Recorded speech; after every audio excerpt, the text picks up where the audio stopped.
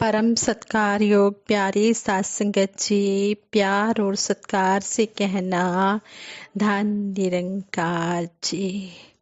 सात संगत जी, जो महापुरुष भगत जन जागे हुए हैं वे औरों को भी जगा रहे हैं।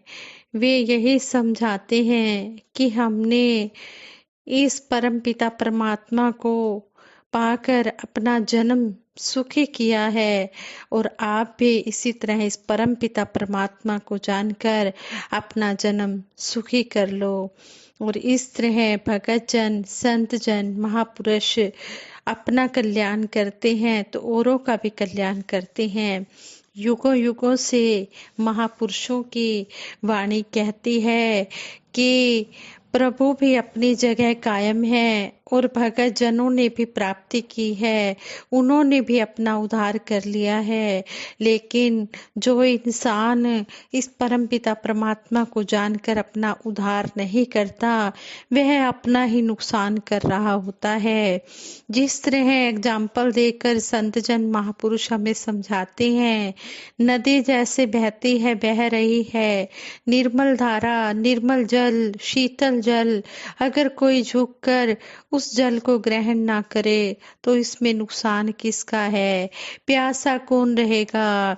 इसी प्रकार से महापुरुष संत जन भी इंसानों को यही मैसेज देते हैं कि हे इंसानों, तुम भी यह लाभ प्राप्त कर लो। खाली हाथ आए हो, खाली हाथ जाओ मत, ऐसे सरमाए से युक्त हो जाओ जो कि इस संसार में धरा धराया नहीं रह जाएगा। कहने का भाव यही है कि महापुरुष संत जन, गुरु पीर पैगंबरों ने इंसानों को हमेशा यही संदेश दिया है, लेकिन लोग हीरे को छोड़ते आए हैं और कांच के ग्राहक बनते आए हैं। संत महापुरुष इंसानों को यह जताते हैं कि कुछ तो समझदारी का उपयोग करो, इस्तेमाल करो। सूझबूझ बहुत लिए फिरते हो कि कैसे ज्यादा कमाया जा सकता है, कैसे शोहरत हासिल की जा सकती है, लेकिन जहाँ पे सबसे ज्यादा समझदारी की जरूरत थी वहाँ सबसे ज्यादा नादानी के प्रूफ देते आ रहे हो। सतगुरु बाबा हरदेव सिंह जी महाराज अपने विचारों द्वारा भी हमें समझाते हैं कि हर किसी को यह मैसेज महापुरुष बताते आए हैं, दुनिया के हर मानव के लिए जीवन में एक क्रांति घटित करना जरूरी है, इससे किसी को अलग नहीं किया जा सकता। कहीं हजरत ईसा मसीह जी के द्वारा यह पैगाम पहुंचाया गया, कहीं हजरत मोहम्मद साहिब जी के द्वारा, कहीं पर श्री गुरु नानक देव जी महाराज के द्वारा पहुंचाया गया, कहीं पर भगवान श्री राम जी द्वारा पहुंचाया गया, कहीं पर भगवान श्री कृष्ण जी के द्वारा यह पैगाम पहुंचाया गया, कहीं कबीर जी की वाणी, कहीं मीराबाई जी की वाणी, कहीं बुल्ले शाह जी के द्वारा। इस प्रकार अनेकों रूपों में अलग अलग समय में यही एक पैगाम पहुंचाया गया। आज भी यही प्रार्थना अरदास की जा रही है कि दातार ऐसी कृपा करे कि सबको ऐसी जागृति मिले, सभी गफलत की नींद से उठें, इस हकीकत को जाने जिसका आर नहीं है, जिसका पार नहीं है, ऐसी परम सत्ता जिसको निरंकार अकाल पुरख कहा जा रहा है, यही सत्य है। इस सत्य का बोध हासिल करना महापुरुषों ने जरूरी बताया है कि आद सच जुगाद सच है भी सच, नानक होसी भी सच। यही सच्चाई है, यही सत्य है जो कल भी था, आज भी है और आगे भी कायम रहने वाला है। इसमें कोई कमी होने वाली नहीं है। यह सब जगह समाई हुई परम सत्ता है। जिमी जमा के बिखे समस्त एक जोत है। यह सब जगह समाई हुई परम सत्ता है। खुदा वो हरगिज खुदा नहीं जो उधर तो है पर इधर नहीं, वो खुदा नहीं हो सकता जो कहीं है और कहीं नहीं है। यह तो सर्वव्यापी है, सब जगह समाया हुआ है, कण कण में इसके दर्शन किए जाते हैं। वाकई अपने आप को सच्चाई में जो स्थित कर लेता है वही फिर मुकम्मल रहता है। अगर हम दुनियावी दृष्टि से देखें तो वहां हम कहेंगे कि इसमें से इतना निकाल लिया है तो इतना कम हो गया है। एक बाल्टी में से 20 लोटे निकाल लिए हैं, बाकी इतने बच गए बाल्टी में। अगर हम कहें कि इस परम अस्तित्व, ऐसी परम ऊर्जा, परमात्मा, निराकार, अकाल पुरख, इससे सब कुछ उपजा है, तो इस परम अस्तित्व में कुछ कमी आ गई है तो यह ठीक बात नहीं है। यह तो भरा हुआ है और सदा भरा ही रहता है। इससे कुछ अलग किया ही नहीं जा सकता, इसमें कुछ कमी की ही नहीं जा सकती। यह उस सूरज की तरह है जो हमेशा ही जगमगाता रहता है। हमारे लिए सुबह होती है, शाम होती है, दिन होता है, रात होती है। सूरज के लिए कोई सुबह शाम दिन रात नहीं है, वहां तो दिन ही दिन है, उजाला ही उजाला है। डिपेंड करता है हम पर कि हम किस पोजीशन में खड़े हैं। इसी प्रकार यह परमात्मा, ईश्वर, निरंकार, जिसको शाश्वत कहा गया है, यह तो सदा एक रस ही रहता है। जो इसके साथ नाता जोड़ लेते हैं, जो इस हकीकत को जान लेते हैं, वो फिर अपने जीवन की यात्रा उजाले में तय करते हैं। एक कादर होता है, एक कुदरत होती है। कुदरत में परिवर्तन होता है, लेकिन कादर में कोई परिवर्तन नहीं होता। लहरों का ऊंचा नीचा उठना तो हम देखते हैं, लेकिन समुंदर का अपने आप में जो वजूद है वो उसी प्रकार से बना हुआ है। अगर लहरें हैं तब भी समुंदर है, और अगर लहरें नहीं हैं तब भी समुंदर है। इसी प्रकार यह कुदरत है, यह रचना है।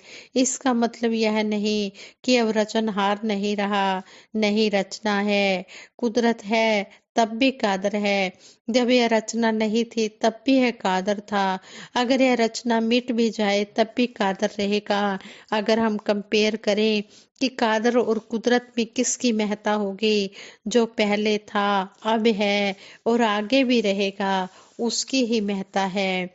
इसी प्रकार भगत जन, संत जन, महापुरुष इंसानों को उसकी तरफ ही मोड़ते हैं जो सबसे ज्यादा महत्वपूर्ण है, क्योंकि ये जानते हैं कि अगर मानव का कल्याण होना है तो इसी कारण होना है। अगर इस तरफ मुड़ेगा, इसके साथ जुड़ेगा, तभी कल्याण होगा, तभी इसका संसार में आना सफल होगा, तभी यह त्याग करेगा, सेवा में लगाएगा। और अगर ऐसा नहीं तो सेवा में तो क्या लगाना, उल्टे लूट मार करेगा। इसलिए महापुरुष हर मानव के बारे में सोचते हैं और हर इंसान के जीवन में सच्चाई स्थापित करने के लिए कोशिश करते रहते हैं। जन जन तक ये आवाज देते हैं कि इंसानों, तुम भी जरा ध्यान दो, तुम भी सोचो कि किसमें भलाई छिपी हुई है, क्या प्राप्त करने के लिए धर्म ग्रंथों में लिखा गया है। ऐसा नहीं कि वे उनको संबोधित हो रहे हैं जिन्होंने महापुरुषों के कहे वचनों को पढ़ा सुना ही नहीं है। नहीं, जिन्होंने पढ़ा भी है, जिन्होंने सुना भी है, उनको भी जोर शोर से कहा जाता है कि तुमने पढ़ा भी है, सुना भी है, लेकिन गौर नहीं किया है। तुमने पढ़ने सुनने को केवल पुण्य की बात मान ली थी कि पन्ना पढ़ना और सुनना लाजिम है, नहीं तो पाप हो जाएगा। इसको पाप पुण्य की तराजू में तुमने तोला। यह पाप और पुण्य की बात नहीं है, यह प्राप्त करने और खोने की बात है। पढ़ा सुना तो पहले भी जा रहा था, लेकिन पढ़े सुने क्या होए, ज्यों सहज ना मिलियो सोए। बैठा पंडित पढ़े कुरान, बिन देखे का करे बखान। तू कहे कागज की लेखी, मैं कहूँ आखन की देखी। यहाँ पर कबीर दास जी कह रहे हैं कि पढ़ने सुनने तक सीमित रहने वालों, वो अवस्था जिसमें कबीर जी भी आ गए हैं, वो कदम भी उठा लो। तुम्हारा पढ़ना भी मुबारक है, तुम्हारा सुनना भी मुबारक है, लेकिन ये सहज ना मिलियो सोई। अगर यह सहज ही प्राप्त ना हुआ तो फिर उससे लाभ क्या उठाया। वो तो जिस तरह महापुरुष जिक्र भी करते हैं कि तोते सुन भी लेते हैं और रिपीट भी कर देते हैं, लेकिन अचीव क्या हुआ। अगर उन्होंने सार ही नहीं जाना, अगर वे बस बोलते ही रहे कि शिकारी आएगा, जाल बिछाएगा, दाना डालेगा, हमें फंसाएगा, हम नहीं फंसेंगे। यह सुनकर शिकारी भी भ्रम में आ गया कि ये तो सब समझदार बन गए, और वापस जब लौटने लगा तो फिर कहने लगा कि अब तो क्या बेचूंगा मार्केट में, कैसे कमाई होगी। फिर ख्याल आया कि इतनी दूर जंगल में चल कर आया भी हूँ तो शायद कोई अनपढ़ ही फंस जाए, और जाल बिछा दिया। दाने बिखेर दिए। दाने बिखेरने की देर थी कि जितने तोते थे सब के सब उड़कर सीधे दानों के ऊपर आ गए। एकदम से एक ही छलांग में जाल को समेत शिकारी ने अपने कंधे पर उठा लिया। जाल में बंधे हुए होकर भी तोते यही कहे जा रहे हैं कि शिकारी आएगा, जाल बिछाएगा, दाना डालेगा, हमें फंसाना चाहेगा, हम नहीं फंसेंगे। यानी कि तोतों ने सुना भी था, सुना भी दिया था, लेकिन जाना नहीं था कि सार क्या है। अगर जान गए होते तो कहाँ उस जाल में आने वाले थे। अगर वो रियलाइजेशन, वो अवेयरनेस हो जाती तो कहाँ फिर ये बंधन में बन आने वाले थे, लेकिन आ गए। इसलिए यहाँ यही कहा जा रहा है कि सुनना मुबारक है, पढ़ना भी मुबारक है, लेकिन जानना तो जरूरी है कि क्या कहा जा रहा है। अगर पहले कहा गया, लिखा गया है, तो वो केवल लिखने पढ़ने के लिए नहीं लिखा गया, कहा गया वो करने के लिए। जैसे कई बार एग्जाम्पल भी सतगुरु बाबा जी देते हैं कि एक महात्मा ने अपना बाजू सीधा किया और एक उंगली निकाली। उसके शिष्य चारों तरफ जो खड़े थे उस महात्मा की उंगली की तरफ टकटकी लगाकर देख रहे हैं। महात्मा ने फिर पूछ लिया कि क्या देख रहे हो। कहने लगे आपकी उंगली की तरफ देख रहे हैं। महात्मा कहता है कि नहीं, मेरा मतलब यह है कि मैंने जो सीधा बाजू करके एक उंगली बाहर निकाली, वो किसी तरफ मैं इशारा कर रहा हूँ कि वो सामने देखो कि चांद कितना सुंदर नजर आ रहा है। ऐसा ही तो हो रहा है कि महापुरुष कह रहे हैं उधर देखो, और हम महापुरुषों की उस वाणी तक ही सीमित रह जाते हैं। महापुरुष बार बार हमें निमंत्रण दे रहे हैं कि अगर तुम्हारी सोच वहां तक नहीं जा रही तो हमसे मदद ले लो। करो विनंती सुन मेरे मीता, संत टहल की बेला, यहाँ खाट चरो चलो हरि लाहा, आगे बसन सुहेला। इस प्रकार निमंत्रण दे रहे हैं कि अगर तुम्हारा ध्यान नहीं भी गया, चलो तुम्हारी इतनी अज्ञानता भी मान लेते हैं, लेकिन कम से कम अब तो इस सच्चाई के जानकार बन जाओ। कहने का भाव यही है कि संतों महापुरुषों की वाणी, महापुरुषों के वचन हम लगातार इस प्रकार एक संदेश, एक आवाज के रूप में सुनते चले जा रहे हैं, लेकिन हम उसको कर्म रूप में नहीं डाल रहे हैं। अगर हम कर्म रूप में डालें तो फिर बात बनेगी। कहते हैं कि इसी प्रकार फिर एग्जाम्पल देकर सतगुरु समझा रहे हैं। कह रहे हैं कि इंसानों के पास अनेकों दलीलें होती हैं, क्यों किंतु होती है। अगर महापुरुष कहते भी हैं तो फिर वो कहना शुरू कर देती हैं कि हम मान लेंगे, लेकिन पहले यह शर्त पूरी करो। कई बार ऐसी बातें भी रख देते हैं, जैसे वो बच्चे की मिसाल भी, एग्जाम्पल भी ध्यान में आती है कि एक बच्चा बार बार जिद किए जा रहा था कि मैं तुम्हारी बात मान लूंगा, लेकिन पहले मेरी भी मूछें आ जाएं। बड़े ने कहा कि अब तू इतनी जिद पे आया हुआ है तो मैं फिर मूछें उगाने की विधि बता ही देता हूँ। वह कहने लगा कि शहद ले ले, और जहाँ मूछें तू उगाना चाहता है, नाक के नीचे, ऊपर के होठ के ऊपर, तो उस जगह पर तू यह शहद लगा ले और सो जा। सुबह उठेगा तो मूछें उगाएंगी। यह सो गया। सुबह उठते ही पहला ध्यान आया कि शीशा देखूं। शीशा देखा तो हैरान हो गया कि मूछें उग आई हैं। खुशी में इतना विभोर हो गया कि शीशे के और करीब हुआ। करीब से भी करीब होकर देखा तो पाया कि मूछें हिल रही हैं। ध्यान से देखा तो पाया कि वो तो चींटियां थी कहने का भाव है कि इस प्रकार से कई अनेकों रूपों में लोग शर्तें भी लगा लेते हैं, और बात वही कि साधु से मिलने जाइए, साथ न लीजिए कोय, पाछे पाँव न कीजिए, आगे होए सो होए।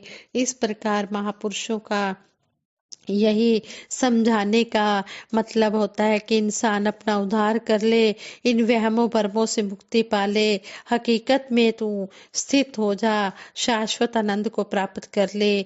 यही उनका अभिप्राय होता है। इसलिए यह संदेश और यह निमंत्रण देते हैं हर मानव को कि जो कुछ तुमने धर्म ग्रंथों में पढ़ा, अब वो कदम उठा लो। तुमने पढ़ा सुना तो जरूर, लेकिन यह जानने वाली अवस्था भी अगर साथ जुड़ जाएगी तो सब कुछ सार्थक हो जाएगा।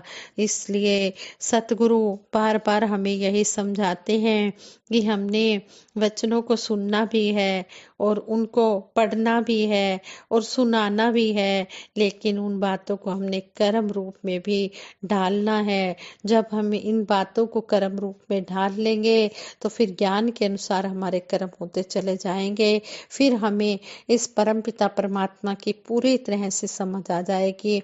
ऐसा हमें सतगुरु बाबा हरदेव सिंह जी महाराज ने अपने विचारों द्वारा समझाया है। हमने इन बातों को अपने जीवन में उतारते चले जाना है।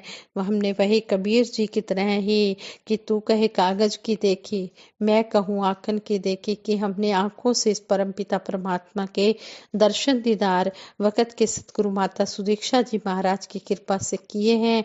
और हमने इस शाश्वत के साथ जुड़कर अपने जीवन में आनंद ही आनंद प्राप्त करते चले जाना है। साथ संगत जी प्यार से कहना, धन निरंकार जी।